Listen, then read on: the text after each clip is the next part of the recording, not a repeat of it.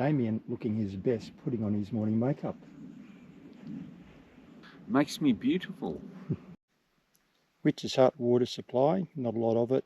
In very dry weather you should consider carrying water in. 10 metres up from the water supply hole, okay, as sort of trampling on the soil there. Looks like a horse to us. We're just departing Witzes Hut this morning.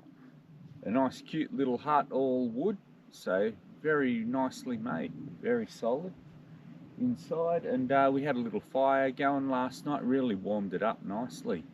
The weather is not frosty, it's probably the most mild night we've had so far. Good cloud cover and everything was dry. Yeah, so very nice spot. And a quick look inside Witzes Hut.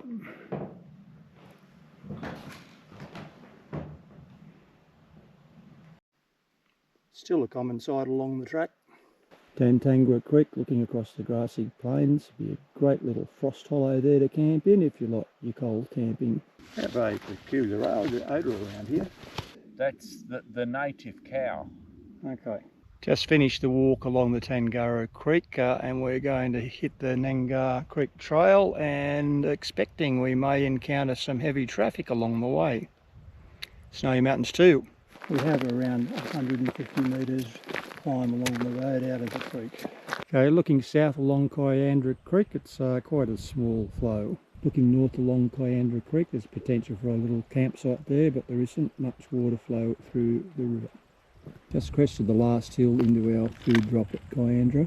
We're looking over at the link road which heads up to Selwyn, and New Chum Hill just to the right of it, and Kiandra Courthouse along the Snowy Mountains Highway.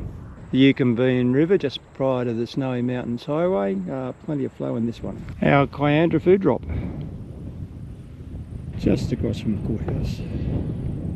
One unfortunate aspect of the Australian Alps walking track is that you have to walk on the road sometimes.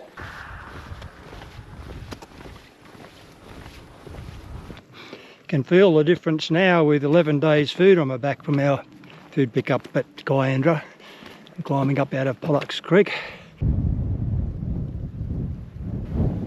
How was the climb out of Pollux Creek, Damien, with the 11 days food?